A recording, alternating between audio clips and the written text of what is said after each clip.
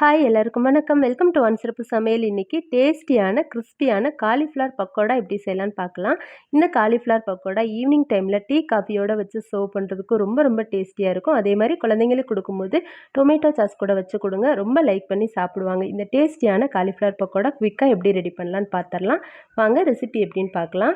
அதுக்கு ஃபஸ்ட்டு ஸ்டெப்பாக காலிஃப்ளவர் நல்ல ஃப்ரெஷ்ஷான காலிஃப்ளவராக வாங்கி எடுத்து வச்சுக்கலாம். இதை வந்து கட் பண்ணி எடுத்து வச்சுக்குவோம். அதுக்கு முன்னாடி அடுப்பில் ஒரு பாத்திரம் வச்சு தண்ணி வச்சு கொதிக்க வச்சுக்கலாம். அது கொதிச்சு வர டைமில் நம்ம கட் பண்ணி எடுத்து வச்சுருக்கிற காலிஃப்ளவர்ஸை ஆட் பண்ணிக்கலாம். பாருங்கள், இந்த மாதிரி கொஞ்சம் பெரிய பெரிய பீசஸாக கட் பண்ணி வச்சுக்கோங்க. அப்போ தான் பக்கோடாவுக்கு ரொம்ப நல்லாயிருக்கும்.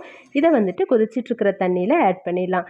தண்ணியில் காலிஃப்ளவரை சேர்த்த உடனே ஸ்டவ் நீங்கள் ஆஃப் பண்ணிடுங்க. அப்போ தான் கரெக்டாக இருக்கும். ரொம்ப நேரம் கொதிக்க விடக்கூடாது. அப்படி கொதிக்க விட்டோம் அப்படின்னா காலிஃப்ளவர் வந்துட்டு வெந்துடும். உள்ளெல்லாம் சாஃப்டாக ரொம்ப ஒரு மாதிரி சாஃப்டாக இருக்கும். அதோட க்ரன்ச்சினஸ் வந்து அப்படியே இருக்கணும். அப்போ தான் பக்கோடா வந்துட்டு ரொம்ப நல்லா டேஸ்டியாக வரும். தண்ணியில் சேர்த்துட்டு அடுப்பை ஆஃப் பண்ணிவிட்டு ஒரு 2 மினிட்ஸ்க்கு இந்த மாதிரி கலந்து விட்டுட்டு நம்ம தண்ணியிலேருந்து வடித்து எடுத்துடலாம். அப்போ தான் அந்த க்ரன்ச்சினஸ் அப்படியே இருக்கும். இப்போது நம்ம மாவு மிக்ஸ் பண்ண ஆரம்பிச்சிடலாம். அதுக்கு ஒரு பாத்திரத்தில் 1 கப் அளவுக்கு கடலை மாவு சேர்த்துக்குவோம். அது கூடவே ஒரு அரை கப் அளவுக்கு அரிசி மாவு சேர்த்துக்கலாம். நம்ம காலிஃப்ளவர் எவ்வளோ எடுத்துருக்கோமோ அதோட குவான்டிட்டியை பொறுத்து மாவோட அளவு கூட்டி குறைச்சி சேர்த்துக்கணும். இது ஒரு பெரிய காலிஃப்ளவர், அதனால நான் இந்த அளவுக்கு மாவு எடுத்துக்கிறேன். இப்போ அது கூடவே மசாலாஸ்லாம் ஆட் பண்ணிடலாம். 1/4 டீஸ்பூன் மஞ்சள் தூள், காரத்துக்கு ஏற்ற மாதிரி மிளகாய்த்தூள் நான் இங்கே ஒரு அரை ஸ்பூன் ஆட் பண்ணியிருக்கேன். அரை ஸ்பூன் மல்லித்தூள், தேவையான அளவுக்கு உப்பும் சேர்த்துட்டு அது கூடவே ஒரு அரை ஸ்பூன் அளவுக்கு இஞ்சி பூண்டு பேஸ்ட்டு சேர்த்துக்கலாம். அப்புறமா ஒரு கைப்பிடி அளவுக்கு மல்லி இலையை நல்லா மெல்லிஸாக கட் பண்ணிவிட்டு அதையும் இது கூட சேர்த்துட்டு அது கூடவே ஒரு கொத்து ஃப்ரெஷ்ஷான கருவேப்பிலை அதையும் மெல்லிஸாக கட் பண்ணி சேர்த்துக்கலாம். சேர்த்துட்டு ஃபஸ்ட்டு மாவு ட்ரையாக இருக்கும்போது இந்த மாதிரி மிக்ஸ் பண்ணி விட்டுடலாம். அதுக்கப்புறமா கொஞ்சம் கொஞ்சமாக தண்ணி சேர்த்து நம்ம மிக்ஸ் பண்ணிக்கலாம்.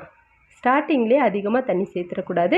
கொஞ்சம் கொஞ்சமாக தண்ணி சேர்த்து மிக்ஸ் பண்ணுங்கள். நம்ம ஸ்டார்டிங்லேயே அதிகமாக தண்ணி சேர்த்துட்டோம் அப்படின்னா மாவு வந்துட்டு ரொம்ப லிக்விட் ஆயிரும். அப்புறம் மாவை சரி பண்ணுறதுக்காக நம்ம இன்னும் கொஞ்சம் மாவு ஏதாவது ஆட் பண்ணுவோம். அப்போ டேஸ்ட் வந்து மாறிடும்.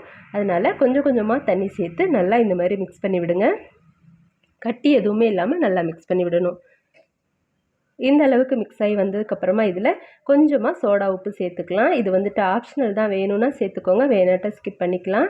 அது கூடவே ஒரு பச்சை மிளகாய் மெல்லிஸாக கட் பண்ணிவிட்டு அதையும் சேர்த்துக்கலாம். சேர்த்து நல்லா மிக்ஸ் பண்ணிக்கலாம். இப்போ பார்க்கும்போது இன்னுமே ரொம்ப கெட்டியாக இருக்குது. அதனால் இன்னும் கொஞ்சம் தண்ணி சேர்த்தா நல்லாயிருக்கும். அதனால் ஒரு 1/4 டம்ளருக்கும் கம்மியாக கொஞ்சமாக தண்ணி சேர்த்துக்கலாம். சேர்த்துட்டு நல்லா மிக்ஸ் பண்ணி விட்டுறலாம். இப்போ பார்த்தாலே தெரியும் உங்களுக்கு. எடுத்து ஊற்றும் போது தோசை மாவு பதத்தை விட கொஞ்சம் கெட்டியாக இருக்கணும். அந்த அளவுக்கு இருந்தால் சரியாக இருக்கும். கெட்டி இல்லாமல் நல்லா இந்த மாதிரி மிக்ஸ் பண்ணி விட்டுக்கோங்க. பாருங்கள், இந்த அளவுக்கு இருக்கணும். இப்போ இது சரியாக இருக்கும். இது கூடவே நம்ம வாஷ் பண்ணி எடுத்து வச்சுருக்கிற காலிஃப்ளவர்ஸை ஆட் பண்ணிக்கலாம். காலிஃப்ளவர் சேர்த்துட்டு நல்லா மிக்ஸ் பண்ணி விடுங்க. அந்த மாவு வந்துட்டு காலிஃப்ளவரோட எல்லா இடத்துலையும் படுற மாதிரி நல்லா மிக்ஸ் பண்ணி விட்டுக்கலாம். இந்த மாதிரி அகலமான பாத்திரமாக வச்சு மிக்ஸ் பண்ணும்போது ஈஸியாக நல்லா மிக்ஸ் ஆகி வரும். அவ்வளோதான், இந்த அளவுக்கு மிக்ஸ் ஆனால் சரியாக இருக்கும். இப்போ இதை ஊற விடணும் அப்படின்லாம் அவசியம் இல்லை. இன்ஸ்டண்ட்டாக நம்ம உடனே பொரிச்சு எடுத்துக்கலாம். அடுப்பில் ஒரு கடாயில் எண்ணெய் வச்சுருக்கோம். எண்ணெய் மீடியம் ஹீட்டில் வச்சுட்டு சூடு பண்ணிக்கோங்க. ரொம்ப ஹீட்டாக இருக்கக்கூடாது. மீடியம் ஹீட்லேயே இந்த நம்ம மிக்ஸ் பண்ணி வச்சுருக்கிற காலிஃப்ளவரை சேர்த்துக்கலாம். இந்த மாதிரி கரண்டியை வச்சு எடுத்து சேர்த்துக்கோங்க. அப்போ தான் அங்கங்கே கொட்டாமல் நீட்டாக நம்ம எடுத்து போட முடியும். இந்த அளவுக்கு போட்டால் சரியாக இருக்கும். ரொம்ப அதிகமாக போட்டிங்க அப்படின்னா வேகிறதுக்கு இடம் இல்லாமல் ஒரு மாதிரி இருக்கும். அதனால் இந்த அளவுக்கு போட்டுக்கோங்க, சரியாக இருக்கும். இப்போ ஒரு சைடு வெந்ததுக்கப்புறம் நம்ம திருப்பி விட்டுக்கலாம். திருப்பி விடும்போது ஒன்றோடு ஒன்று ஒட்டி இருக்கிற மாதிரி தான் இருக்கும். நம்ம திருப்பி விட்டுட்டு தனித்தனியாக பிரித்து விட்டுக்கலாம்.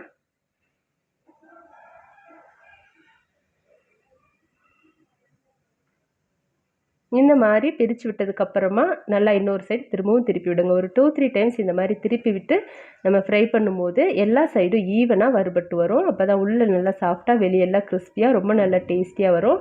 அவ்வளோதான், இப்போ நல்லா ஃப்ரை ஆகி வந்துருச்சு. இதை நம்ம எடுத்துக்கலாம். இந்த மாதிரி நம்ம எடுக்கும் போதே அந்த ஒரு கிறிஸ்பினஸ் வந்து உங்களுக்கு தெரியும். அவ்வளோதான், இப்போ நம்மளோட டேஸ்டியான காலிஃப்ளவர் பக்கோடா ரெடி ஆயிருச்சு. இதை நம்ம எடுத்துடலாம் ஆயிலிருந்து. இதே மாதிரி எல்லா பேட்சும் நம்ம பொரித்து எடுத்து வச்சுக்கலாம். இதில் வந்துட்டு நம்ம கொத்தமல்லி கருவேப்பிலெல்லாம் அதிகமாக சேர்த்துருக்கோம். நல்லா மெல்லிசாக கட் பண்ணி சேர்த்துருக்கறனால அதை வந்துட்டு குழந்தைங்களால எடுத்து வைக்க முடியாது. அது நல்லா கிறிஸ்பியாகவும் டேஸ்டியாகவும் இருக்கும். எடுத்து வைக்கவே மாட்டாங்க. ரொம்ப லைக் பண்ணி சாப்பிடுவாங்க. இது ஈவினிங் டைமில் டீ டைம் ஸ்நாக்ஸாக கொடுக்கறதுக்கு ரொம்ப நல்ல ரெசிபி.